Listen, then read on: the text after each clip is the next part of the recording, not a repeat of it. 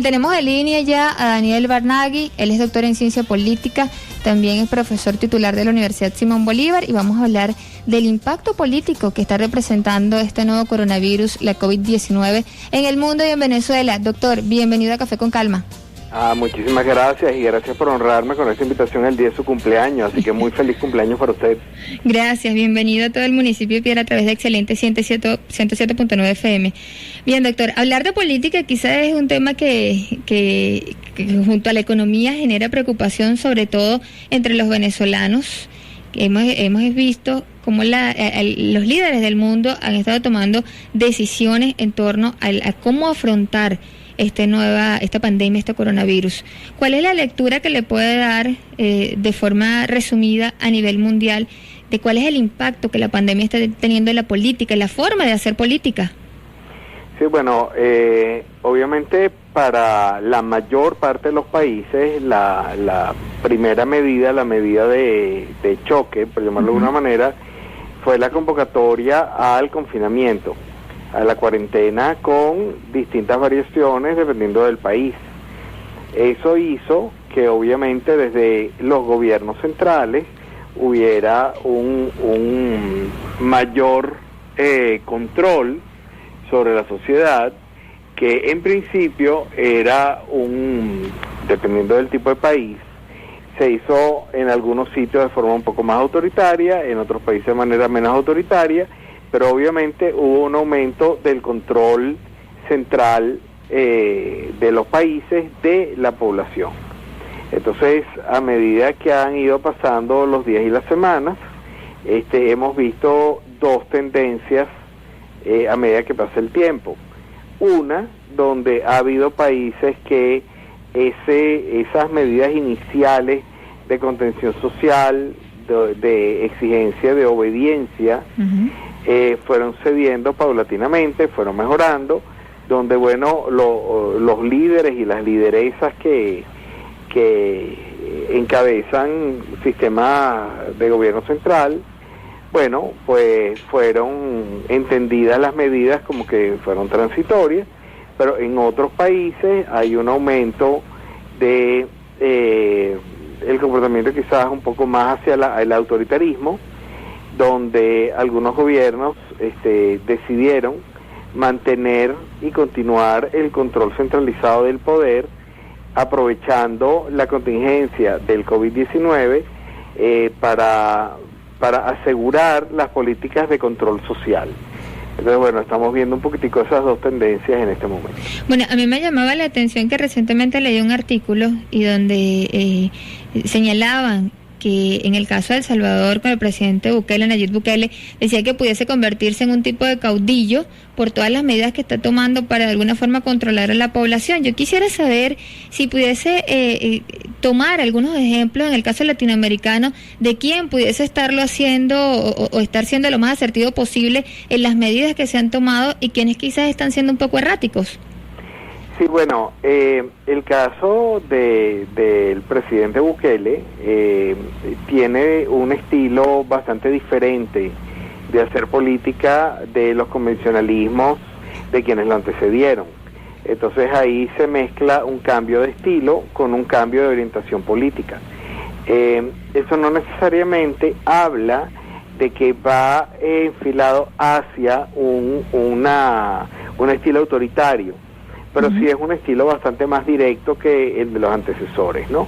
Estoy muy seguro de que él ya ha sido aconsejado, porque le ha bajado un poco el tono de ciertas acciones en los últimos días, donde es muy importante salvaguardar la institucionalidad de los países. En el caso particular que usted me pregunta, de América Latina, bueno, parece que Chile, aunque tiene un número de casos muy, muy significativo, pareciera que está teniendo un manejo desde el punto de vista político bastante acertado de cómo manejar el confinamiento, cómo manejar los permisos, cómo manejar las licencias, y pareciera que es un país que está por un camino bastante bueno. Sin embargo, en líneas generales, países más pequeños, como Paraguay, Uruguay, que tienen casos. Estamos teniendo problemas con la comunicación. ¿Me oye? Ahora sí, muy bien. países más pequeños como Paraguay y Uruguay, que también han tenido casos, bueno, los han manejado de manera bastante acertada. Preocupación hay en los países que son de un corte más bien de izquierda, porque aunque no debería haber una correlación entre el manejo del COVID-19 y la ideología, pues la hay. Entonces países como Nicaragua y países como Venezuela, en el caso de Nicaragua hay muchos más casos, pero más casos en términos proporcionales, términos per cápita. El caso venezolano, inicialmente, bueno, se manejó muy bien, tomando una medida muy temprana de confinamiento, pero bueno, ahorita el tema de la ausencia de la gasolina y del aumento de la desesperación de algunos grupos sociales, bueno, se espera que el sistema que encabeza el señor Maduro, bueno, tome las medidas que tiene que tomar para beneficiar a toda la población. Bien, en el caso del gobierno brasileño de Jair Bolsonaro, que ha sido también fuertemente criticado, al igual que el mexicano, me gustaría conocer su opinión acerca de qué tan asertivo ha sido. Se ha visto al presidente Bolsonaro saludando en masas, al igual que al presidente mexicano. He leído también que eso pudiese costar el liderazgo de algunos gobernantes de acuerdo a la forma en que están manejando esta crisis.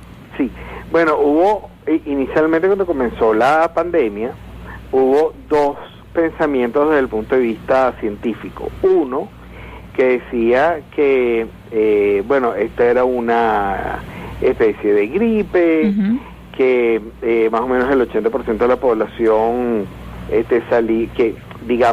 que pudiera tener o contagiarse de la enfermedad, no tendría enfermedades graves, y que solamente un 20% en distintos grados presentaría gravedad o podría tener fatalidad, y entonces que siendo eso así y comparando la enfermedad con otras enfermedades, entonces bueno, que lucía entre comillas razonable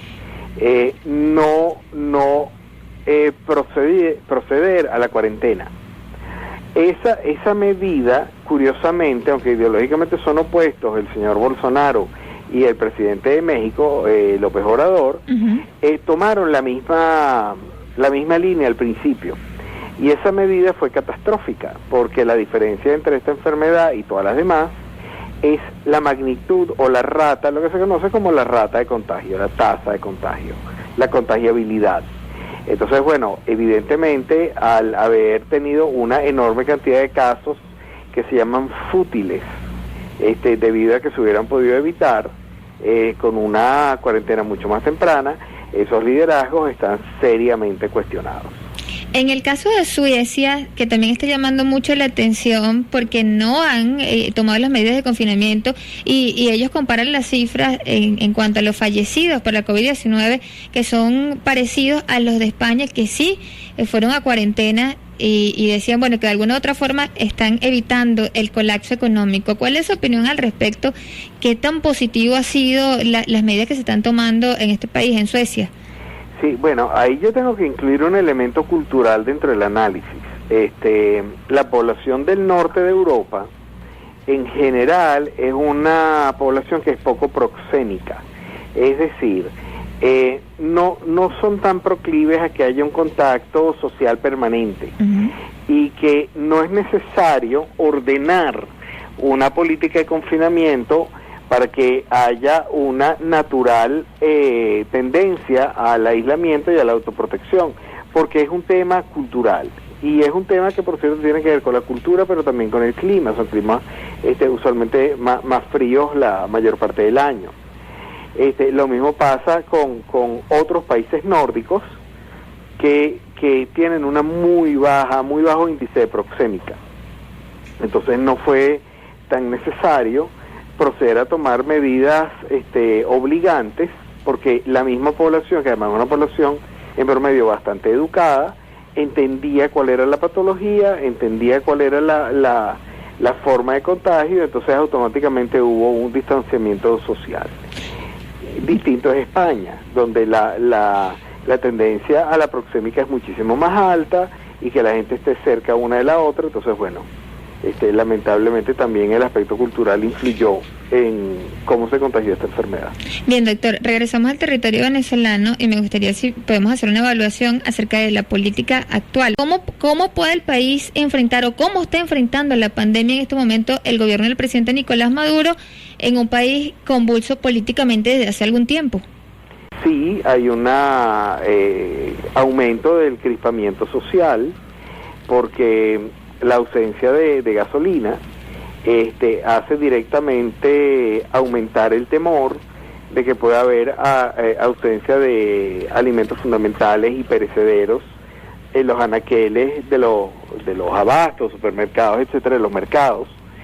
Y obviamente ya la prolongada, el prolongado confinamiento hace que muchas personas que vivan del día a día estén teniendo realmente situaciones de precariedad económica ya extremas. Entonces, bueno, estos son elementos que yo me imagino que se tienen que considerar en el sistema que encabeza el señor Nicolás Maduro y que tiene que tomar un conjunto de medidas para disminuir esa tensión social tan susceptible a ser crispada rápidamente. Hay gobiernos que reconocen a Juan Guaidó, presidente de la Asamblea Nacional, como presidente interino, así lo han llamado, y hay otros que reconocen al presidente Nicolás Maduro.